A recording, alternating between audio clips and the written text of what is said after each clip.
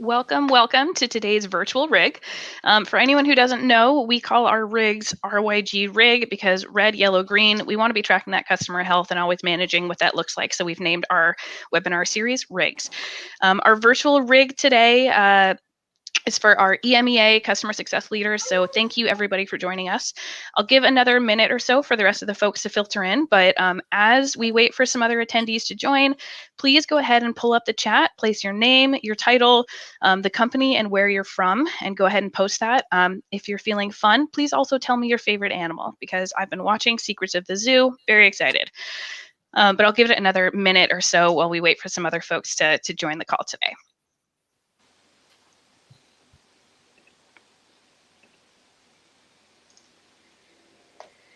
So welcome, folks. Thanks for posting in chat. As we wait for other attendees to join, please place your name, your title, company, and where you're from in your live chat.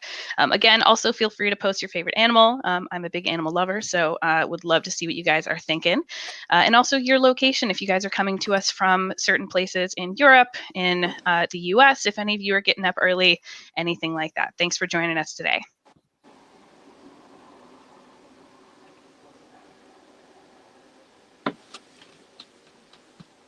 So again, welcome to today's virtual RYG. As we wait for other folks to join, please place your name, your title, your company, and where you're from in the live chat.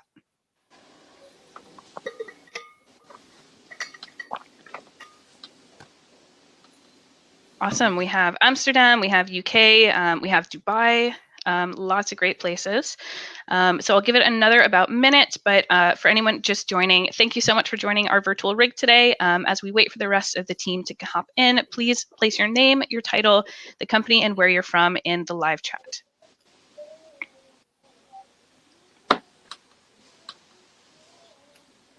Amazing. We have Shanghai, we have Paris, lots of great places coming in. Ireland, of course, excellent. So that is fantastic. I'm just going to go ahead and kick it off and we'll get things started then. So again, thank you everyone so much for joining us on our virtual RYG for EMEA customer success leaders. Our goal today is to create an informal atmosphere for CS leaders. So please feel free to participate by posting in chat. Give us your name, your title, your location, your company, and then as well, post any questions as we go. I'm going to be watching the chat. I'll be presenting those questions to our fantastic panelists today. So we'll get that kicked off. But anytime you guys think of something, post in chat and I'll be the one looking at that. I am your moderator today. So my name is Bree Adams. I manage one of our customer success teams at Churn Zero, and I'm very, very excited to be moderating this panel of fantastic CS leaders today. So I'm going to pass it over first to Louise Cunningham to introduce herself, and then I'll pass it over to Jason Noble. But again, welcome everyone. Louise and Jason, thank you so much for being here. So Louise, tell us about yourself. Great, thanks for having us, Bree. So, I'm Louise. I'm the Director of Customer at Firefish Software. So we are a recruitment, marketing and CRM platform. And our goal is to help our recruitment agency clients mostly attract, engage and place more candidates. So my teams work with a bunch of recruiters to help them achieve these goals. I've been with the company 7 years now, and I actually started off just on the support desk. So I have grown my way through from support to managing teams to now managing 3 different divisions there in the customer team. So I've experienced probably most of the challenges and still experiencing some of the challenges that we're going to be talking about today. So I'm really looking forward to sharing the knowledge and alongside Jason here as well. And I love that you're coming from support because it's such a wonderful feeder to like anything else in technology. Yeah. You know, you start in support and it's just such a wonderful eye-opening experience to everything else that's going on. So absolutely, that's awesome. Thanks so much for joining us. And Jason, please tell us about yourself. Hi, Bree. So great to be here. And what a global audience. That list of countries just seems to grow as you went through, which is really incredible. A big thank you for having me on the panel. I'm Jason Noble, as Bree said. I'm based in London, in Twickenham, West London in the UK. I'm currently the VP of Global Customer Success at Vinley, leading our European business operations and our global customer success function, covering customer success management, support, onboarding and training. Vinley is a US-based tech startup. I say US-based, we don't have a head office anymore. We've decommissioned our head office in the pandemic, but the majority of our team and our exec team are US-based. We work in the world of connected cars. We're 7 years old this year. I've been with the business 2.5 years now. And we're all about driving value and insights for global mobility and automotive companies using mobility data, AI, and machine learning. A bit about me: I've spent the last 25 years or so helping organizations across multiple industries become more customer-centric. I've built and led teams across all of the traditional customer-facing parts of the business, including support, much like yourself, Louise. I've seen kind of the challenges there, but also service delivery, program management, pre-sales, and of course, customer success. And in my spare time, I'm the co-host of the Jason's Take On podcast series that we talk about all things customer success and customer growth related. But really excited to be here. Looking forward to this.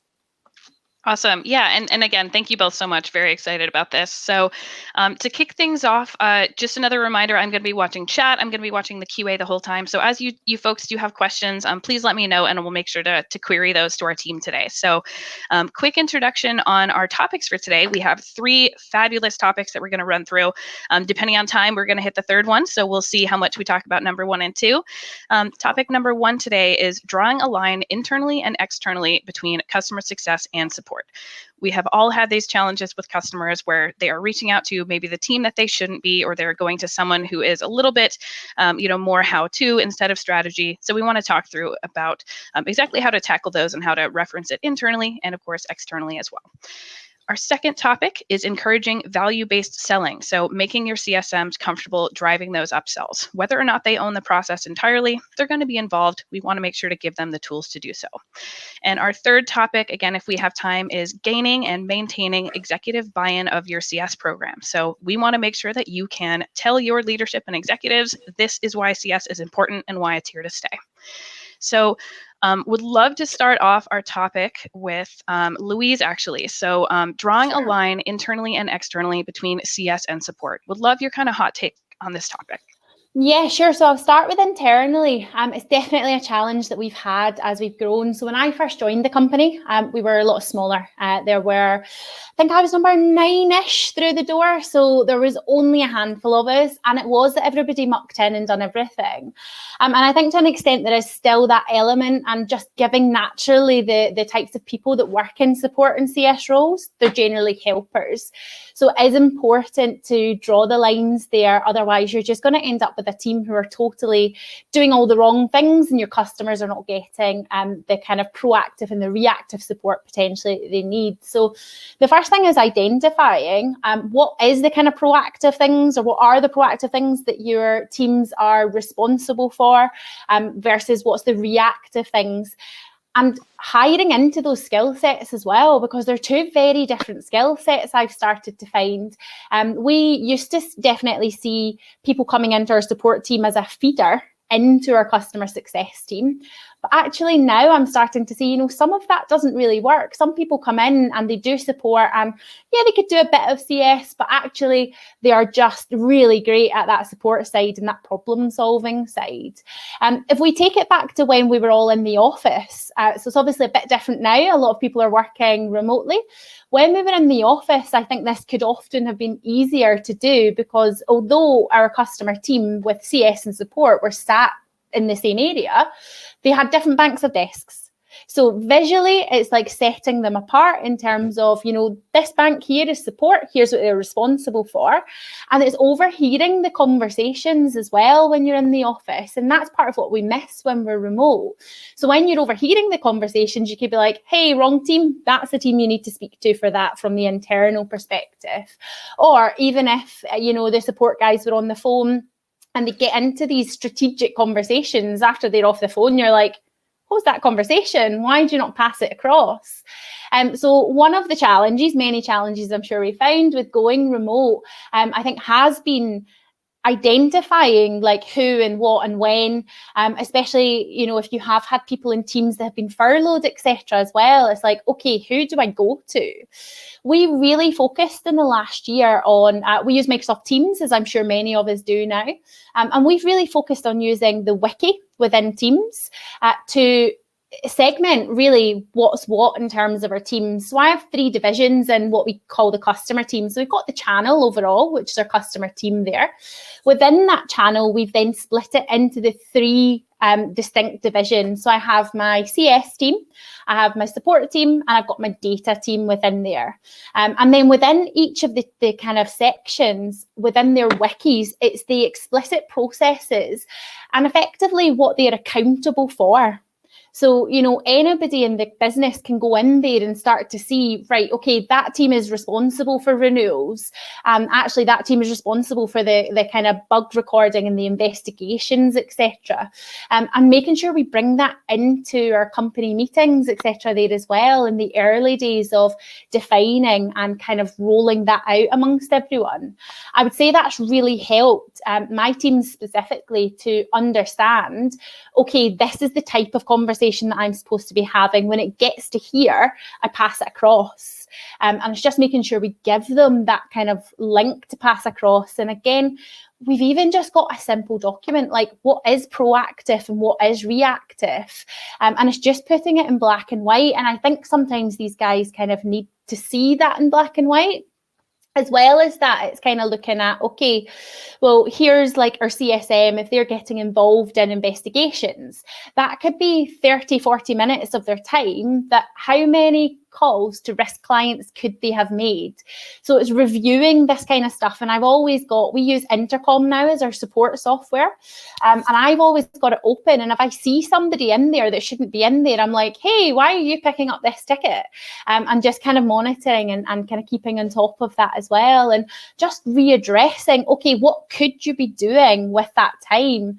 Because again, like I said at the start, all of these people are so helpful, otherwise they wouldn't be in like support and service roles, that they can go out of their way to try and in the early days as well of their careers, try and prove themselves, but they need to prove themselves in the right way. So it's just giving really that kind of guidance internally, and I've just found that having all of that structure, all the process around about it has really kind of helped on that internal side. One of the things we also tried, now this wasn't my preference, but I was being kind of pushed to maybe not have the 1 to 5 banding, which is our lower value accounts, not have those users account managed as such. And at the time, it was a kind of instruction to just have them managed by support. And I was like, this isn't going to work, but okay. Interesting. I'm going to allow this to play out and I'll try it and see if it works. But very quickly we were able to then identify that the proactive stuff wasn't happening in the 1 to 5 accounts because the reactive stuff was taking up all of the support team's time. So they had no time to deliver. So I was eventually able to then kind of highlight to the business and say, listen, we tried it, but it doesn't work. Here's what we need to do. And here's where we need to kind of bring that back. So sometimes you can want to push against the leaders, but sometimes we just have to kind of bite our tongue and roll with it to an extent and show how it's not going to work, so that we can get that buy-in there as well, which hopefully we'll talk a bit about in the third topic if we've got time. So from that, I was then able to solidify and actually say, yeah, I need to hire more CS people in order to deliver this rather than support people. So I think internally we've got it now, I would say pretty much nailed. You still have the odd one slipping through, as to be expected. Externally, it's still one that I think it's one of those ones I just don't know how many times you say the same things to clients. You're always going to have clients that go to the wrong people. But as long as your internal structure and your internal communications are strong, you can then make sure that they're being transferred to the right places. So we start off with our CS team do all the onboarding as well. So at the end of onboarding, they get an email going out. It's like congratulating them on completing their training. And then it's kind of like, here's what to do now. And it's like, if you have day-to-day questions and queries, would go to this team. You can use me if you're looking to reskin your website, if you're looking for more kind of training, all of these kind of things. You'll still have people that come through. I manage more of the larger clients. They still just want to come to me rather than go to support a lot of the time. And I've just kind of allowed it to happen, but I don't deal with the ticket. I then send the ticket into support, and I've got eyes on it, and I'm making sure that the support team are managing it within the correct timescales and chasing up on behalf of the client. It's just trying to get that balance so you can, if they're not going to the right team, you're making sure it's going into the right team, because I'm sure you've experienced it yourself, Brie. If you start responding to support tickets, you never get out of the cycle. Whereas if you're like, let me just copy in support, let me get that over to support for you, sometimes it eventually sinks in for them. And the final thing I would say that we've kind of done externally is, you'll all know yourself as CSMs, you can be in and out of meetings all day. So, Tuesday to Thursday tend to be my kind of more client focused days. And on those days, I typically have an out of office just saying, I'm in sessions. You're not going to get a response straight away. I don't know about you guys, but my kind of industry, they expect responses quite quickly. So we've had to kind of try and facilitate that by saying, out of office, I'm in sessions. You will not get responded to quickly. If it's this type of query, send it to support.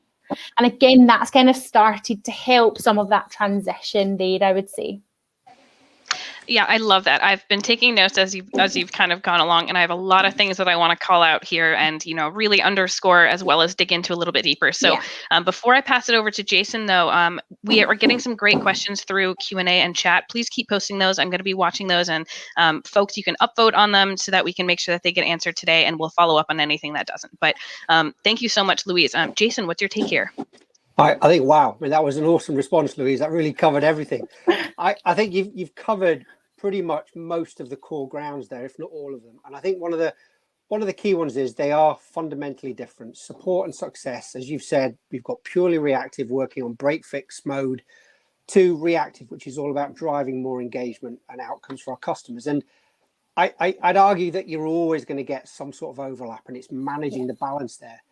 And I think what you always find, and I've seen this in multiple organizations, is your customer success team, with the level of relationships we have, be they high touch where individuals, or be they kind of more tech enabled type approaches where you don't know them so much, but they know your name, you often will get pulled into support queries. And I don't think that can ever be avoided completely. But I think that the benefit of getting pulled into queries, even if you're not the person or team that's going to ultimately resolve them, is that you're there to observe and help point the teams out, point them in the right direction. And you can also facilitate, if a call comes in about product or certain circumstance or issue, it might not be the same support contact, it might not be the same support team. So rather than fix specific problems, if you do get involved in support, you're there to help facilitate it. And for me, that's one of the fundamental things about customer success. I think customers often come in to us because they don't know where else to go. It might be something that's out of the ordinary, and they want us to then facilitate it. We're not ultimately the people doing it. I think the other challenge you've got is that what you've got to do is make it easy for our customers to reach our support teams. If they're having problems where it takes them more time than they think it should, we might think we've got a great process, we've got a great knowledge base, we've got self-service. But if it's easier for me as the customer to phone up and speak to Jason or whoever and get an answer instantaneously, I'll do it, even though it's the wrong thing. So you've got to make that level of experience match what the customer wants and be as responsive as you can.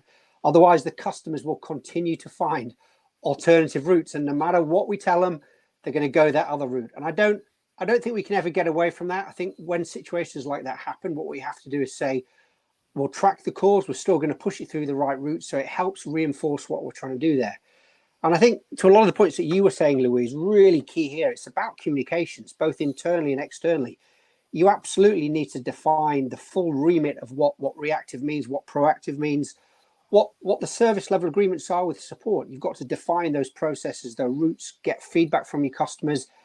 And that's internal, but also do it externally for the customers. Make sure the customers know how to contact you as part of your onboarding process, part of the training. Bring the support team in there, let them understand how it gets handed from one to the other, let them understand what the contact points are. And they might use customer success as a point of escalation. So let them know what the correct escalation channel is and process is. And really, just the easier you make it for your customers to use support, the less of a challenge it's going to be. And I think ultimately support is customers don't phone in support and say, guys, thanks very much, you're doing a great job. They phone up because something's not working. And if something's not working, they've got time pressures on their side. So what you've got to do is make sure the customer can get the answer that they want as they want it as quickly as they can. Yeah, I wish that every single thing that you both just said, we could just repeat. So let's just pause it, say absolutely everything over again. We're getting some really fabulous comments and questions again, in through chat saying, thank you so much for that differentiation of the roles, because I mean, just very, very simply, the proactive versus reactive. I mean, that's a very clear way to think about it. And I love the idea of documenting it both internally as well as externally, because, if my teammate doesn't know how to explain the roles, how could my customer possibly understand the differentiation there? And to your comment earlier, Louise, about working from home, one of the things that we as a team just basically started doing, I guess 2 years ago now, because we've been work from home for 18 months. Yeah. We would, on our intro calls to our customers, say, hey, I am here for strategy, I'm here for best practices, and I want to make sure that your use cases we can apply to our software and just get the most value as we possibly can. But I'm going to swivel my chair and look at my wonderful support team behind me. They are here to make sure that you get those quick answers, you get those how-to questions answered, maybe help train up your new hires, whatever that delineation is. But you're right, it's a little bit harder when we're not sitting next to each other. So I can't say like, hey, Scott, need help on something? Do you have a minute to chat?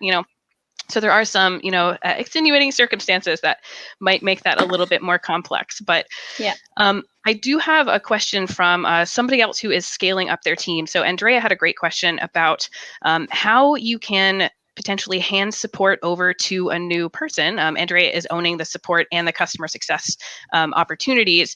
And how can you try and kind of hand off support to that other person without hurting that client relationship? So how can I, have a conversation with a customer of mine where they are really asking me these, how-to questions and these things that are, maybe troubleshooting related, which really is not what my, customer success manager or my team, should be doing. How do I start that conversation with them and really pass that off in a positive way? And Jason, I want to start with you on this one. I think it's a great question, that, and it's a big challenge, because it is. If you, as I've said here, your customers will call you if they can get the best answer from you. Might not be the right thing to do, but just the nature of the type of people we are, what we're doing for our customers, you're not going to say, sorry, Mr. Customer, I'm not going to answer this, please call support. Now, I actually think about it, there might be instances where you do say that, and if it happens time and time again, you might have to take that firm line. But I think what you've got to do before that happens is talk your customer through the process. So answer that support ticket, but have a call with them afterwards and talk them through what the right process is. Talk them through how they should have contacted you, what you would have expected from the process, and how the team would have dealt with it. And actually talk them through about the benefits of going through that. You're not support. You might have to go and ask support. I talked about us as facilitators earlier on, but if the customer wants a quick answer, phone support, because they're the guys that are going to know why something's broken. If it's affecting other customers, they might be able to give that response. So I think there's absolutely a benefit of customers understanding that they can get a better service when it comes to support. We've got a team that are geared up for it. We've got the escalation processes. So I'd be all for answering the question or doing your best to answer the question, but either as part of that conversation or perhaps a follow-up, really going through the reason as to why we've got a support service. And if there are problems, if there's a reason why they've called you, understand what that reason is and how do we fix that. And rather, it's not about proactively discouraging them to call you. It's trying to understand why they're calling you and how you address those issues. Love that. I think one of the tactics that our team has tried with this is just on regular customer calls, being really, really forward about, hey, you just asked me a question that I'm actually going to check with our support team on. I'm going to follow up with you later. And instead of just saying like, I don't know the answer, I'm going to get it to you, I'm actually being really open and saying, I actually am not the best person to ask, but, our fabulous support team, they are. So I'm actually going to take it internally with them, just getting the customer used to that relationship that I trust my support team. You have no reason not to. Louise, I love the way of saying, I'm sorry, I was going to say, I'm not the best person to ask is a great way of positioning it. Really, really good. Yeah. And it's still, I'm still taking accountability where, hey, I'm being honest with you that I don't know everything, because I don't, but I know a lot of things. They're just in this other area. Other thoughts, Louise? Exactly what you were saying, Brie. I'm very honest with my clients in that, there are elements of the system that I'll be honest, can't remember how to, if I can't troubleshoot that person's email, I'm like, oh no, they're on the old email system and I don't know how to do that one. And I'm just quite honest in that, do you know what? It's actually been quite a while because our support team normally handle that type of query. So let me get that across to them there, as you both were saying, they're best placed to do it. Or sometimes, this is a tactic that I'm not saying is the right tactic, but if somebody comes into my inbox, I might not respond to them right away because, we're in different meetings, and as leaders, we're often in a lot of these internal strategy things as well. We can't get back to clients right away. So what I'll often do there, because a lot of our stuff will come in via the email rather than just by phone. So if it does come in by email, it might be a couple of hours before I respond, and I'm like, hey, sorry for the delay. I'm just going to pop this over to support because I'm in sessions, and they're probably best for you to reach out to for questions like this. And then I just give them a reminder of how to contact, because we have live chat as well within our system. So it's really easy. They click this button, they click this send a message button, they can see our average response time as well and who's currently online from the support team. So it's just reminding them again of who's best to contact, like you were saying, Jason, just in a different way, because we're a lot of these ones are coming by email as well. So it's just giving that visual of, it's like a big arrow, but click this button, then click this button, and they'll get back to you much quicker than I can. Yeah, I love that. And, just to bring up an earlier point, people are not reaching out to you or to support because they're, want to say hey, I'm just having a really, really wonderful experience. Just wanted to let you know, people are reaching out because they really do need something. So depending on what the time pressures are there, especially if they're reaching out to support directly, I'm confident that some of these tactics maybe will make your customers reach out to you to tell you how wonderful the experience has been. So hopefully. Yeah. So I have about 300 other things that I want to ask you guys with this topic, but we're getting a bit tight on time for number one. So before we do move on to topic number two, though, please keep the questions and the comments coming in chat and QA. This is really, really fabulous. Really appreciate the participation there.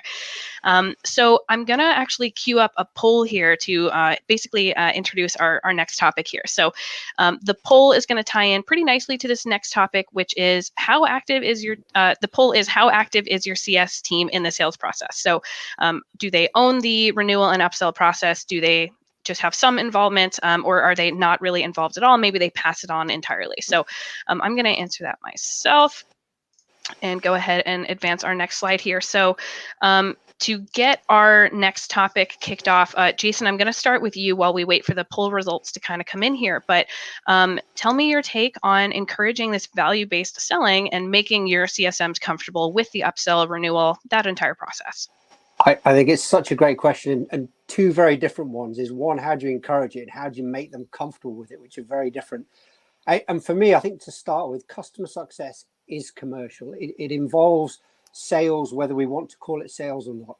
And we're there about driving value and outcomes and making our customers successful and us. The clue's in the name. And I think there is inevitably a money or a monetary or financial component to the value that our customers are getting for us as CS professionals and leaders to do. And I think it's really critical that we've got to understand how we're impacting that financial component and that value for our customers, and how we can influence it. And once you can understand that, you then see where renewals and upsells come in. And they're not, I always talk about renewals should just be a checkbox. If we're driving the right value for our customers, if they're getting the value they want, it shouldn't be a conversation. There shouldn't be a negotiation. There should just be a renewal process that maybe there's a renewals operations team that look after the process as part of our revenue ops team, but it just fits into the normal activities of what our customer success team are doing. And equally for cross-sell and upsell. If our customers can see more value in what they're getting or what they're doing using our products and using more of it, they'll naturally say, hey, Jason, can we have more of this? Can we engage with you guys in this? And I think once you accept that customer success is commercial, the conversations about where cross-sells, upsells and renewals sit, for me, become a lot easier. Now, I know there are two very different schools of thought. And there are a lot of organizations say that renewals absolutely sit elsewhere. My preference is it doesn't. As I said, I like there to be a solid process where I, as the customer success manager, know everything about my customer. I'm the one that can tell you if they're going to renew, and if they're not, can really help input that. I think the challenge then is, how do you make our CS teams comfortable with this? And particularly if you look at people coming in quite early on in their careers, they might not have the customer-facing negotiation experience. And I think what you've got to do is really make sure that you're giving your team the guidance, the support around commercial negotiations, around negotiation skills. And what I've seen happen successfully multiple times is get your sales team to be involved here. Get your sales team to do some coaching, training, sit in on your sales calls, understand who your customers are, how you're selling it, how that proposition is, understand about the blockers that your sales teams come up with. And I think that can really help instill that confidence in our customer success teams to start having those more commercial conversations. And I think it's something for me, I don't want the commercial side of it to become alien to us. I want us all to be quite happy if a customer phones up, going back to the question about support, a customer could phone up about support. Customer could phone up and say, I want to know about our renewal. Now, if it's a different team, I think me as a customer success professional, my teams, we're providing less value. So I'd like to be able to own those conversations. But that, as I said, that's my opinion. I know there are different schools of thoughts out there, but I think it gives you a really, really powerful proposition when your customers know that as long as you're driving me value, as long as you're delivering me the outcomes I'm wanting, as long as I'm getting that experience, as long as I'm getting the service from the product that I should be, it's the same contact I need to be speaking to about this. And it doesn't complicate things there. Yeah, and I think you hit on a lot of points that I've been kind of taking notes on. And we've just closed the poll, or it might still be running, but we have a little over 50% of you said that your CS team is incredibly active or they own the entire upsell and renewal process. And then just under half said they were very involved. And there were, I think, just a handful of you who said that you're really not involved in that process. So one of the things that we actually hosted, every year we host this vRYG conference, which is basically our just massive customer success conference.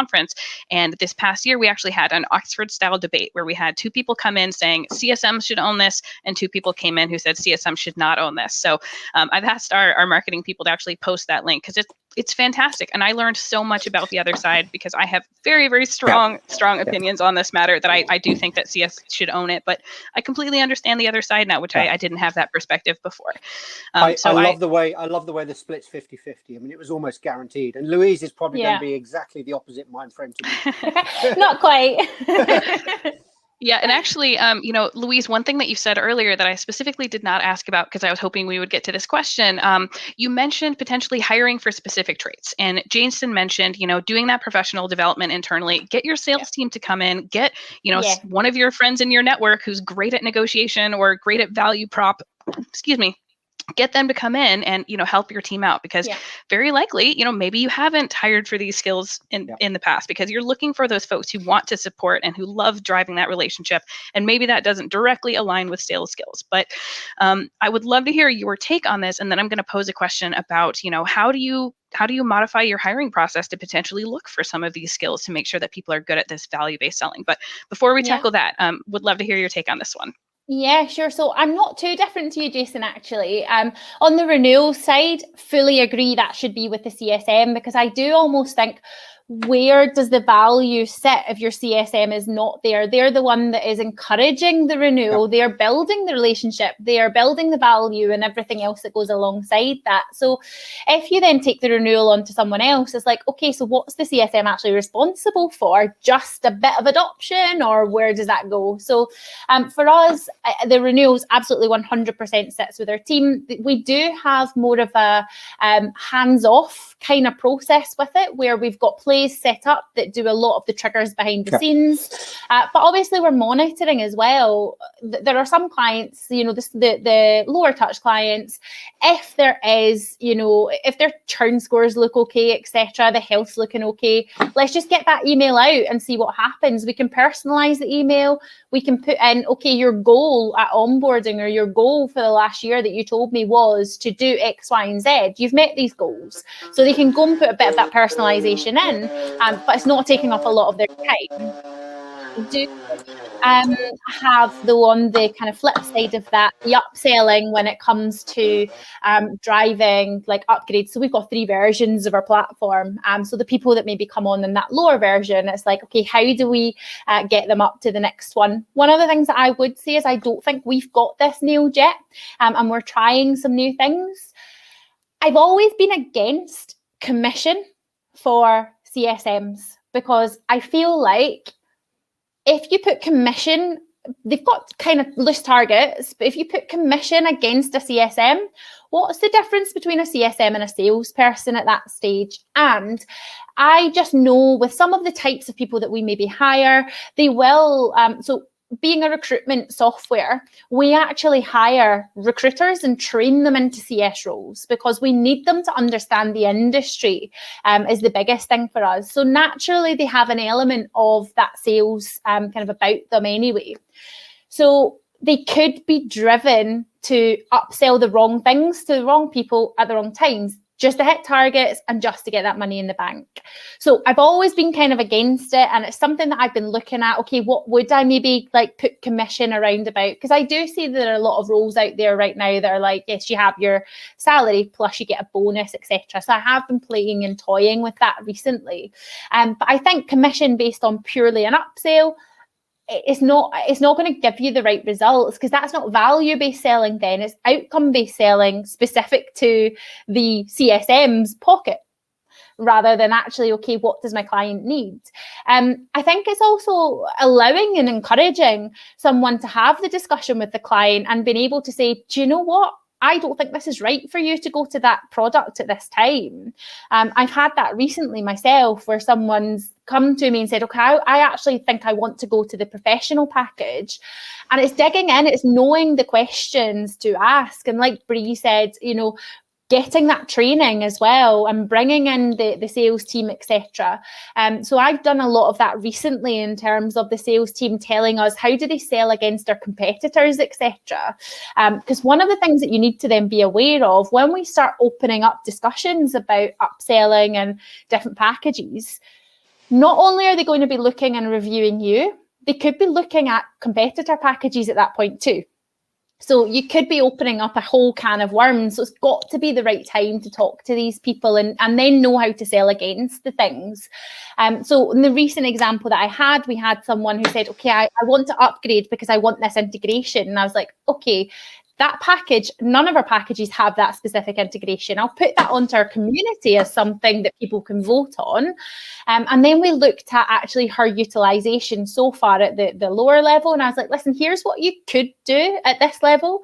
However, you're not even using probably 50% at the lower level. So I don't think it's the right time for you to upgrade. And that is where I think that the mindsets are slightly different as well between the CSM and the traditional salesperson. And I think if we had targets, I'm not saying I personally would do this, but in that situation, I could envisage somebody saying, well, you don't have that integration, but here's what you can do, and overselling something potentially to try and make their sale and make their commissions, etc. And I think as well, it's about, as you said, all of that kind of training. We actually once a month get our success guys together. So we then look at, okay, who's in your pipeline? Who have you, they talk more than once a month, by the way, but just specifically to this, we get them together and we look at who's in your pipeline, what are your deals looking like that you're currently working just now? And we then start to share knowledge and we kind of look at things together to help maybe the more junior team members then identify the right communication styles here as well. And it's about working together and sharing that knowledge and making them a bit more comfortable with that. I always kind of I get the newer people to the team to shadow me when I'm doing these calls, and then I shadow them after a few, or they'll shadow me and they go and do like the proposal and they go and do the communication, but I'm doing the delivery until they're a bit more comfortable at that stage with then being able to run that themselves. And we do like lots of mock sessions as well, where I go in and I'll be a really difficult client. I've dealt with enough of them to now know exactly all the stuff to say. And I think that sort of thing, as well as the different training from people that you can bring in, the sales team, etc., really helps to get that kind of value, I think, coming through there. Yeah, I think a lot of the things you said, I just want to underscore. And we actually had a couple of questions about, should your CSMs have targets for their upsells and for their renewals, or, all of those things. So I'm going to mark those as answered here. But I love the distinction between commission and, having a target that maybe compensates for a bonus or some part of variable compensation. Because, yeah, being, commissioned, like I agree that makes it much more easy for me to say I'm going to sell because that's how I make money versus, I am giving you a solution to a business problem, which to me does not feel like selling it. It feels like, I'm helping your business run more smoothly, which is always my goal. Yep. I think as well, Brie, on that, it's looking at where I'm going with maybe looking at the bonus is based on the renewals.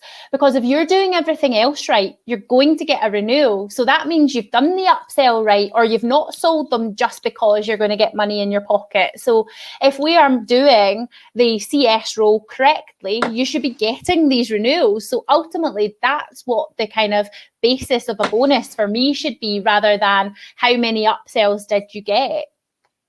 Absolutely. And Jason, I saw you on mute. Yeah. Yeah, so I only muted because there's someone getting a house drilled across the road, so it made a lot of noise. But it's a brilliant question to ask about this commission. I feel exactly the same way, Louise. I think if you bring commission into a customer success team, you instill the wrong motives. Yeah. And for me, we're about making all of our customers successful. So what I like doing is having a team-based bonus structure where we've all got the same targets, and it's your net revenue retention rate. So it's focused on renewals, upsells, but all as that one figure, and also keeping this churn as well. So keeping churn as low as we can. But I do think if you start doing commission, I think you start going down this slippery slope where you get our team members acting more like salespeople and effectively starting to put customers up against each other, which is not what we want to do. Agreed. Love this. And okay, so we have about 3.5 minutes left. So I am skipping our third topic. Sorry to everybody. This was just too interesting.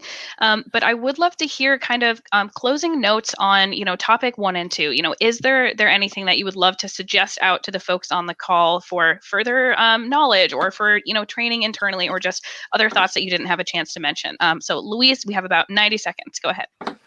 I think I probably covered a lot. I have a lot to say on these topics, I think. What I would say is don't be scared to have the discussions internally, and kind of tying into the final topic that we won't cover is, trying to get an ally.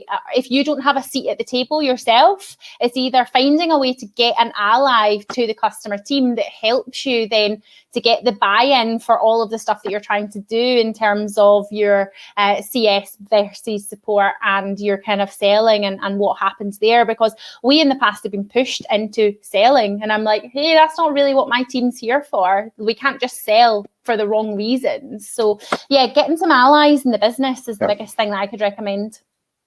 Love that. And Jason, what about you? I think along those same lines, something that I really encourage is work collaboratively with other team members. Have your support team sitting on success meetings and vice versa.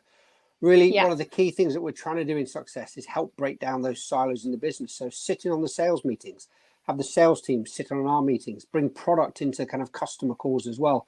And I think the more that you can encourage this collaboration internally, you start understanding the challenges that other teams are having. We can get a better idea of how our sales teams sell and what we might say to customers when it comes to renewal and upsell. And the same for support. Let's understand what are the challenges that support are having. Why might customers coming to us? So I think that kind of internal collaboration is the big thing for me. Yeah, and just a final point, actually, sorry, Jason, on your understanding support. One of the things that we do is every week we have a joint support and success meeting, and we take the top modules and look at the top questioning clients as well to understand, okay, what are the top questions? What are the top modules? Why are they coming through? Is it training manuals on our knowledge bank? Do they need to be updated? Is it something that we're not doing right in onboarding, or is it something that's product related, and where does that sit there as well? And identifying, I'm relying on support coming to me as well and saying, hey, this recently onboarded client has a lot of questions, which then helps me with that internal training as well. Yeah, fantastic. And one more mention on the internal training piece. So, and we can be kind of quick here. We have about 90 seconds until the call ends. But when you are looking to hire CSMs, do you look for, sales skills, or do you look for something else that you feel like you can train? And Louise, let's just start with you. Something else that we can train. So for me, as I mentioned, we very much hire based off of the industry, because the industry of recruitment, they naturally know, they can build relationships. That's a big, massive part of their job. So as long as they know systems, they are, they can get their head around problem solving, they can think strategically. That's what I'm looking for more than I'm looking for sales. Love that. Jason, your thoughts? Yeah, I think all of what Louise said, and I think it's the great thing I like is that people coming into customer success now from other areas of the business make really great fits. So bringing someone in from sales, there may be a gap there. Maybe we need someone to help focus on renewals, so why not? But equally, I could look at someone in project management, someone in support. I think that other background outside of customer success for me is super, super important. And I think it helps with the breadth of the conversations they can have. They understand a different dimension of some of the problems that customers might be having.